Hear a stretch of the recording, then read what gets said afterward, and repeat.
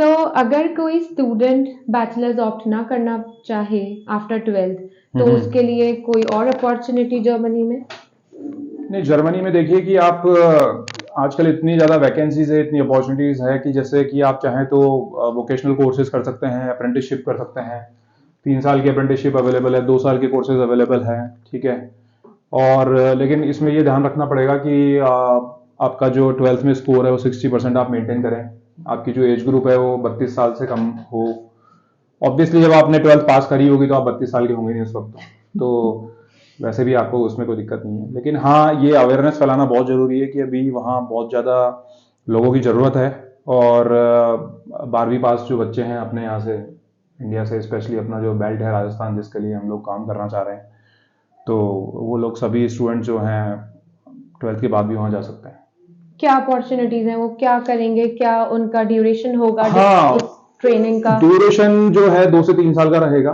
कुछ ओके। जो vocational courses हैं, जो अप्रेंटिसशिप अवेलेबल हैं, वो 2 साल की भी अवेलेबल हैं, कुछ उनमें से 3 साल की भी अवेलेबल हैं। तो जो सबसे हॉट केक जो है वो है नर्सिंग। जो नर्सेज यहाँ पर हैं हमारे, या जो बच्चे जर्मनी में जाके नर्स बनना चाह रहे हैं, तो जस्ट 12th के बाद ही वो नर्सिंग में जा सकते हैं। तो बहुत ही ज़्यादा रिक्वायरमेंट है नर्सिंग कर्मचारियों की और केयर गिवर्स की वहाँ पर, ठीक है। उसके अलावा जो बात आती है, आप टूरिज्म में जा सकते हैं। टूरिज्म से रिलेटेड जो है कि आप टूर गाइड बनना चाहते हैं, या फिर आप तीसरा जो फील्ड है वो है होटल मैनेजमेंट वाला, जिसमें कि आप house keeping, cooking, front office management, receptionist, ठीक है, या बिलिंग जो बिल डेस्क होती है वो सब आप संभाल सकते हैं। बैंकिंग? हाँ, बैंकिंग वगैरह में भी जो पोजीशंस हैं वो अवेलेबल है, बैंकिंग में और आईटी सेक्टर में भी, बट वो थोड़ा कम है। उसके अंदर आपको इतनी ज़्यादा ओपन वैकेंसीज नहीं मिलेंगी, तो आपके चांसेस थोड़े कम है उसमें। तो बट जो अदरवाइज दूसरे जो फील्ड्स हैं जो कि बहुत ही कॉमन और पॉपुलर हैं, फिर अगर दूसरे फील्ड्स की बात करें तो कारपेंटरशिप है, आप कारपेंटर में जा सकते हैं, आप इलेक्ट्रिशियन बन सकते हैं, वहां जाकर के आप प्लम्बिंग वगैरह से रिलेटेड जॉब कर सकते हैं। आपको जो कंस्ट्रक्शन से रिलेटेड जो डिप्लोमा होल्डिंग जो होता है अपने इंडिया में, तो आप उस तरह की जॉब्स में जा सकते हैं। और खास बात यह है कि ये ऑन द जॉब ट्रेनिंग होती है एक तरह की। तो इसमें क्या होता है कि आपको कुछ समय आपकी ट्रेनिंग चलती है, आपकी थ्योरेटिकल क्लासेस होती हैं, और कुछ समय के लिए फिर आपका जो है आपको मेन साइट पर आपको काम करना होता है। तो ये it's a mix of your work as well as your studies. कुछ अर्न कर सकते हैं इस ट्रेनिंग में बिल्कुल students? बिल्कुल बिल्कुल, आप अप टू 1000 यूरो आपको मंथली स्टाइपेंड मिल सकता है। अब ये वेरी करता है, ये 600 यूरो से स्टार्ट हो जाता है, और अलग अलग जो सेगमेंट्स हैं उन सब में अलग अलग। अभी के लिए हम देखें कि सबसे ज्यादा किसमें है स्टाइपेंड, तो सबसे ज्यादा स्टाइपेंड अभी नर्सिंग, जो मैंने बताया आपको, जो अस्पतालों में और बाकी अदर जो वृद्धाश्रम में या जो केयर गिविंग का जो काम करना चाहते हैं, तो उनके लिए सबसे हाईएस्ट अभी रेम्यूनरेशन। और जो कैंडिडेट वोकेशनल ट्रेनिंग पे जर्मनी जा रहे हैं, उन्हें ये स्टाइपेंड मिला 800 से 1000 यूरो तक का, उसके अलावा उन्हें क्या मिल सकता है ऑर्गेनाइजेशन की तरफ से? उसके अलावा तो देखिए कि अकोमोडेशन जो है, बहुत सारे हॉस्पिटल्स जो नर्सिंग के लिए जा रहे हैं वो मिल जाता है आपको। होटल मैनेजमेंट में भी जो लोग जा रहे हैं उनको अकोमोडेशन मिल जाती है यूजुअली, ठीक है। लेकिन मोस्ट ऑफ द टाइम्स जो आप वहाँ पे अर्न कर रहे हो, आपको उसी से अपना खर्चा, जो बोर्डिंग एंड लॉजिंग जो आपकी है, जो आपका फूड एंड वहाँ की जो कॉस्ट ऑफ लिविंग है, वो आपको खुद को बियर करनी होती है। इस वोकेशनल ट्रेनिंग में भी स्टूडेंट को कोई एग्जाम में अपीयर होना पड़ेगा ड्यूरिंग द ट्रेनिंग? बिल्कुल बिल्कुल, उनके एनुअल एग्जाम्स होते हैं, क्योंकि एक्चुअली आपकी जो क्वालिटी मेंटेन करने के लिए, आप जानते हैं जर्मन्स जो है बिल्कुल क्वालिटी को मेंटेन करके चलते हैं, तो ऑब्वियसली क्वालिटी और स्टैंडर्ड को मेंटेन करने के लिए आपका साल में एग्जाम होता है। आपको आगे प्रमोट होना हो यदि नेक्स्ट ईयर में, तो definitely you have to pass that examination.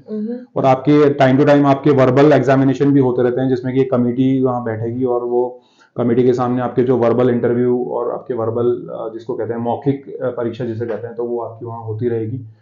तो ये क्वालिफाई करने के बाद वो सर्टिफाई किए जाएंगे, और उसके बाद वो क्या कर सकते हैं राइट आफ्टर फिनिशिंग वोकेशनल? उसके बाद वो अपने ही क्षेत्र की जो कंपनीज है, जैसे होटल मैनेजमेंट से आपने किया है, तो आप होटल्स में आप अच्छी जॉब ले सकते हैं। क्या सैलरी एक्सपेक्ट कर सकते हैं? 3000 यूरो तक आपको सैलरी मिल जाती है, 2500 यूरो, 3000 यूरो, ठीक है। 1800 यूरो से आपकी शुरुआत होती है, तो आपको आने वाले टाइम में आपको अच्छा, मतलब बेसिकली ये एक चैनल है एक तरीके का, जिसमें कि जो लोग साइंस नहीं पढ़ना चाहते हैं, या जो लोग इंजीनियरिंग नहीं पढ़ना चाहते हैं, या जो लोग साइकोलॉजी के अंदर बहुत ज्यादा एक्सेल नहीं करना चाहते हैं, मतलब ये उन लोगों के लिए एक क्षेत्र है जिसमें कि कम पढ़ाई लिखाई के साथ वाले लोग जो हैं, जो 60% ट्वेल्थ में 60% होल्डर हैं, या 55% जो ट्वेल्थ में मार्क्स लेके आ पा रहे हैं, तो उन लोगों के लिए कि ये एक एवेन्यू है जिसमें कि आपने ज्यादा पढ़ाई लिखाई नहीं करी, आप ज्यादा से ज्यादा पढ़ाई लिखाई नहीं हो पा रही है, बाय द वे आपका वो एपेटाइट नहीं है पढ़ाई से रिलेटेड, तो आपको एक एवेन्यू मिल गया, आपको एक रास्ता मिल गया है कि हाँ, हम बैचलर डिग्री ना करके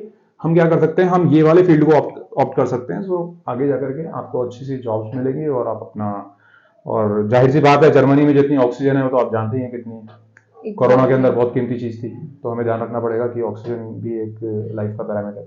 थैंक यू सो मच। और मैं आपको बता दूं कि जो ये हमने अपॉर्चुनिटीज सुनी है, तो ये हमने किसी एक नॉर्मल इंसान से नहीं सुनी है।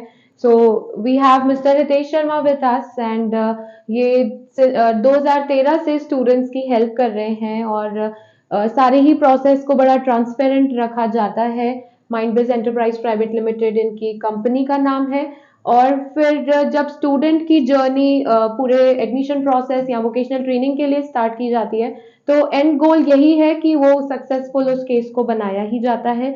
और he is also fluent German speaker, and he has worked across the globe in Sweden, in Germany, Austria, and in corporates of India also. तो आप जो अपॉर्चुनिटीज के बारे में सुन रहे हैं, तो वो एक रिलायबल सोर्स है। तो डेफिनेटली आप इन अपॉर्चुनिटीज को एक्सप्लोर करें। For further queries you can get back to us. Thank you so much. नमस्ते।